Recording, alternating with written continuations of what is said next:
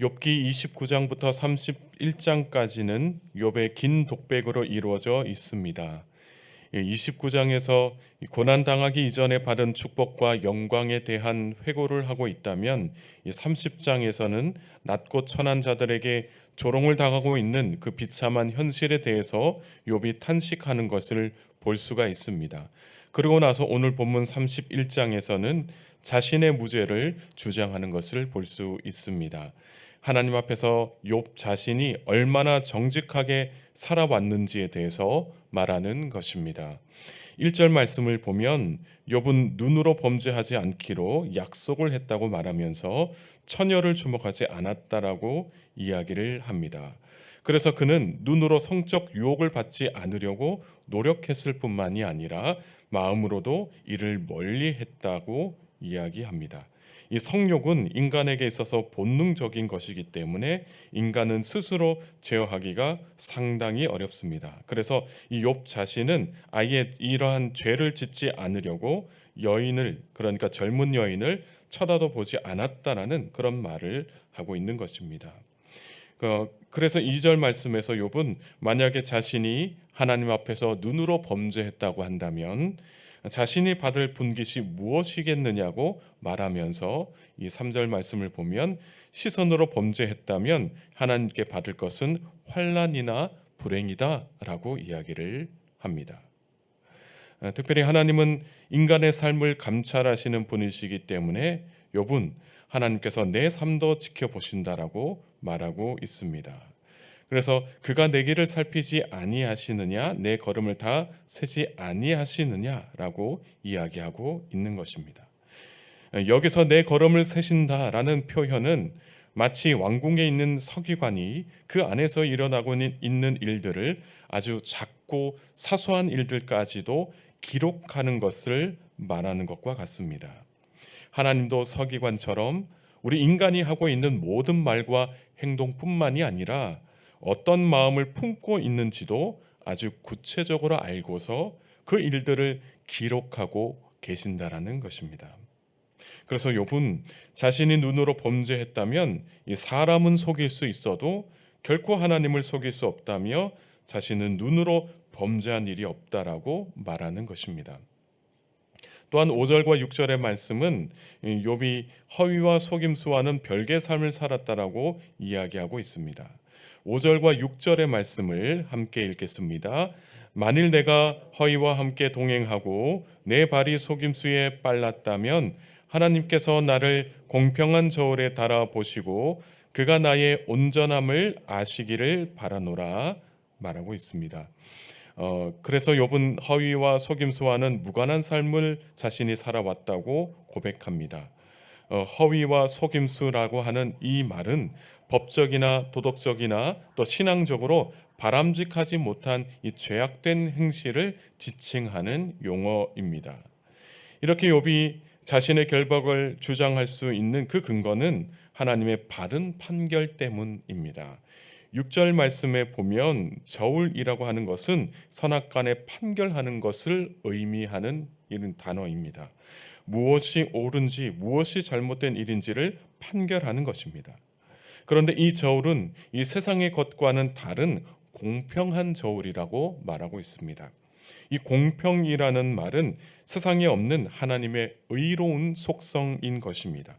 하나님이 보시고 바르게 판결하신다라는 뜻입니다.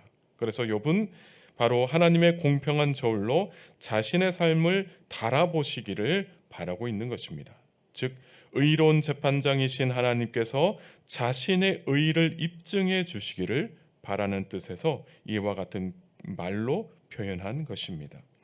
한편 욥은 자신이 불의를 저지르고 죄악에 물든 사람이라고 한다면 자신의 모든 수고와 노력의 결실들을 타인에게 빼앗겨도 할 말이 없다라고 말하고 있습니다. 또한 욥은 이웃의 아내를 탐하며 간음하기 위해서 기회를 노린 적도 없다라고 말하고 있습니다. 9절과 10절의 말씀을 우리가 함께 읽겠습니다. 만일 내 마음이 여인에게 유혹되어 이웃의 문을 엿보아 문에서 숨어 기다렸다면 내 아내가 타인의 맷돌을 돌리며 타인과 더불어 동침하기를 바라노라 말하고 있습니다. 여기 이 말씀에서, 이 구절 말씀에서 유혹되다라는 말은 유혹하다라는 이 단어 파타의 수동형으로 쓰여진 말입니다. 그래서 상대방에게 유혹이나 설득 등에 넘어가는 것을 의미하는 것입니다. 하지만 욥은 결코 다른 여성의 유혹이나 설득에 넘어간 일이 없었다라고, 지금까지 그런 일들이 없었다라고 말하면서 음란한 마음으로 아내 외에 다른 여자를 엿본 적이 없다라는 것을 이야기하고 있는 것입니다. 만일 이웃의 아내를 탐하며 간음한 적이 있다고 한다면 이 죄의 대가로 10절의 말씀처럼 자신의 아내도 타인에게 유혹당할 것이다라는 그런 말을 하고 있습니다. 물론 욥이 자신의 아내가 타인에게 유혹당하기를 원하는 것은 아닙니다. 그토록 자신의 결백을 주장하고자 이와 같은 이 극단적인 말로 표현한 것입니다. 또한 욥은 자신의 종을 학대하거나 또 무시하지 않았었다라고 이야기하면서 그들을 동등한 인격체로 여겨왔다라고 말하고 있습니다. 13절과 14절의 말씀도 함께 읽겠습니다. 만일 남종이나 여종이 나와 더불어 쟁론할 때에 내가 그의 권리를 저버렸다면 하나님이 일어나실 때에 내가 어떻게 하겠느냐? 하나님이 심판하실 때에 내가 무엇이라 대답하겠느냐? 말하고 있습니다. 우리나라에도 과거에는 신분 제도가 있었습니다. 이 신분 제도를 통해서 이 계급을 나눌 때가 있었는데, 욥이 살고 있던 이 당시에도 신분을 나누는 그런 일들, 그런 사회에서 살고 있었다라고 말합니다. 당시 가장 낮은 집단에 속해 있던 그 그룹들이 바로 종들이었는데, 이들이 대부분 주인에게 혹사당하거나 또 인권을 유린당하는 일들이 허다했다라고 말하고 있습니다. 그런데 욥은 이 사회 전반적인 그런 상황 속에서도, 전반적인 그런 흐름 속에서도 욥은 이 자신이 종들을 결코 학대한 일이 없었다라고 말하면서 만일 자신이 종들을 학대했다면 하나님 앞에서 어떻게 설 수 있겠느냐라고 말하고 있습니다. 그래서 성경 곳곳에 하나님께서는 약자들을 학대하거나 또 그들에게 불공정한 처사를 가할 때 악인을 심판하시는 분으로 하나님을 이야기하고 있습니다. 욥은 바로 이러한 하나님에 대해서 인식을 하고 있었던 것입니다. 무엇보다도 우리가 볼 때 아무리 낮고 천한 사람이라 할지라도 결국에는 이들도 하나님의 계획 안에서 창조된 우리와 동일한 인간인 것을 잊어서는 안 된다는 것입니다. 그래서 욥이 고백하기를 15절에서 나를 태 속에 만드신 이가 그도 만들지 아니하셨느냐? 우리를 뱃속에 지으신 이가 한 분이 아니시냐라고 고백을 하고 있습니다. 욥은 하나님의 창조에 대해 히브리어로 아사라는 단어를 사용하고 있습니다. 만들다, 일하다, 수고하다, 생산하다라는 말로 사용됩니다. 이 아사라는 이 단어는 노동을 통한 창조를 나타내는 말입니다. 다시 말해서 하나님은 모든 인간을 한 명도 빠짐없이 애정을 기울여서 귀하게 창조하셨다라는 것을 의미합니다. 하나님이 손수 만드셨다는 말씀이죠. 따라서 하나님께서 사랑으로 창조하신 인간을 우리가 함부로 할 수 없다라는 이야기입니다. 만일 우리가 그 누구라도 하찮게 여기고 있다면 그것은 하나님을 향해 죄를 저지르는 것과도 같은 일입니다. 바로 이러한 점을 욥이 알고 있었다는 것이죠. 그래서 욥은 자신의 집에서 수종 들고 있던 이 종들에 대해서도 결코 무시하거나 학대하거나 소외하는 그런 일들을 하지 않았다라고 자신의 결백을 이야기하고 있는 것입니다. 마지막으로 욥은 이 고아와 과부 그리고 가난한 자들을 외면한 적도 없었다라고 말합니다. 16절과 17절의 말씀을 함께 읽겠습니다. 내가 언제 가난한 자의 소원을 막았거나 과부의 눈으로 하여금 실망하게 하였던가? 나만 혼자 내 떡덩이를 먹고 고아에게 그 조각을 먹이지 아니하였던가? 말하고 있습니다. 욥은 가난한 자들이 바라고 원하는 것들을 방해하거나 막은 적도 없었다라고 말하고 있습니다. 그리고 욥은 도움을 바라는 과부를 외면하지도 않았고 고아에게도 먹을 것으로 선행을 베풀었다라는 그런 이야기를 하고 있습니다. 그래서 욥은 단지 하나님께 예배만 드리는 것으로 살아왔던 것이 아니라 이 예배를 통해 받은 은혜, 하나님께서 주신 그 말씀을 삶에서 몸소 실천하면서 살아왔다라는 그런 고백입니다.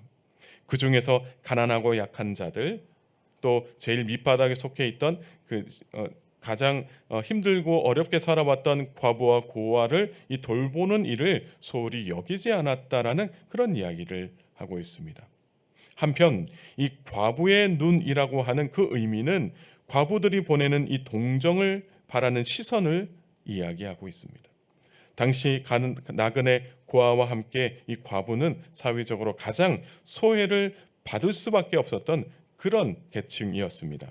사회적으로 받는 그 그릇된 인식과 그 편견으로 인해서 이들은 경제적으로나 사회적으로 활동하기가 매우 까다로웠다라는 그런 말입니다. 그래서 이들에게는 정말 도움의 손길이 필요했다라는 것이죠.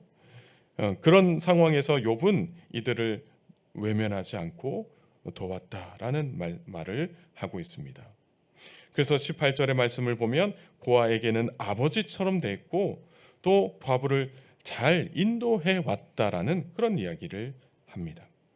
지금까지 살면서 이 사회적으로 도움이 필요한 자들을 그래서 외면하거나 소외한 적이 없다라고 하면서 자신은 하나님께 심판을 받아도 만약에 그들을 소외하거나 외면했다고 한다면 자신은 하나님께 심판을 받아도 마땅한 일이라고 자신의 결백을 주장을 했던 것입니다. 이유에 대해서 23절의 말씀에서 이렇게 이야기하고 있습니다. 나는 하나님의 재앙을 심히 두려워하고 그의 위엄으로 말미암아 그런 일을 할 수 없느니라 말하고 있습니다. 욥은 긍휼의 마음으로 사회적 약자들을 돌보았으나 그들을 도왔던 궁극적인 이유는 하나님을 경외하는 사람이었기 때문에 하나님을 경외하는 마음으로 그들을 돌보았다라고 말하고 있습니다.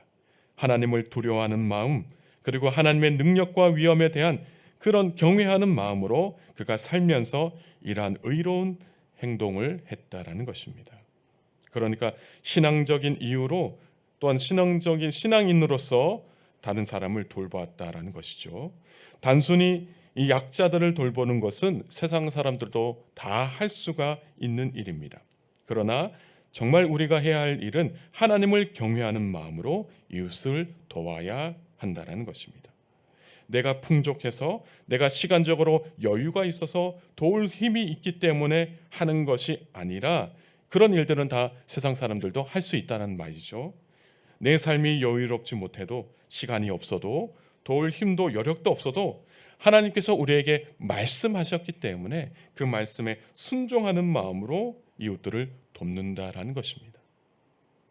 이러한 삶이 바로 우리 그리스도인의 삶이다라는 것이죠. 간절히 바라옵기는 하나님을 경외하는 마음으로 하나님이 주시는 그 사랑의 마음으로 가난하고 약한 이웃들을 돌보며 살아가는 우리 모두가 될 수 있기를 소망합니다. 내가 힘들어도 내가 여유롭지 못해도 하나님이 주신 그 말씀을 의지하면서 이웃들을 돌보며 살아갈 때 우리에게 참된 기쁨과 평안이 가득하게 되기를 소망합니다. 그리고 또한 하나님이 예비하신 그 참된 복을 누리면서 살아가는 우리 모두가 될 수 있기를 주님의 이름으로 축복합니다. 함께 기도하시겠습니다. 참으로 자비로우신 하나님 아버지, 우리의 삶을 주관하여 주시는 하나님께 감사와 영광을 올려드립니다. 오늘 이 새벽에도 주의 전으로 불러주시고 말씀으로 귀한 양식을 먹여주시니 감사를 드립니다. 오늘 말씀 욥기 31장의 말씀을 묵상하면서 하나님의 뜻을 깨닫게 됩니다. 그래서 우리의 삶을 세심하게 감찰하시는 그 하나님을 기억하면서 죄악의 길에서 벗어나 구원의 길로 걸어가는 우리 모두가 되게 하옵소서. 모든 인간은 다 하나님의 애정으로 지어진 그런 피조물들인 것을 기억하게 하시고 세상적으로 비천한 인생이라 할지라도 그들을 소외하거나 멸시하지 않게 하셔 하나님의 마음으로 도울 수 있는 믿음의 사람들 다 될 수 있도록 은혜 베풀어 주옵소서. 무엇보다도 우리 이웃들 가운데 가난하고 약한 자들이 있다면 그들을 돕게 하시고 무엇보다도 하나님을 경외하는 마음으로 도울 수 있는 믿음의 사람들 되게 하옵소서. 그래서 우리의 손길이 닿는 모든 곳들이 다 하나님 나라가 되는 것을 보게 하시고 우리의 삶 속에 기쁨과 평안이 가득할 수 있도록 은혜 베풀어 주옵소서. 주님, 한 해를 잘 마무리하기를 소망합니다. 하나님의 은혜를 기억하는 삶이 되게 하시고 늘 하나님과 동행하면서 풍성한 은혜를 경험하는 복된 삶이 되게 하옵소서. 사랑하는 교우들의 삶 속에 늘 주님 함께 동행하여 주시기를 소망합니다. 삶의 형통한 은혜를 넘치도록 부어주시고 강건하여서 맡겨진 사명을 잘 감당하는 교우들의 삶이 되게 하옵소서. 오늘도 함께 하실 줄 믿사오며 사랑이 많으신 예수님의 이름으로 간절히 기도드리옵나이다. 아멘.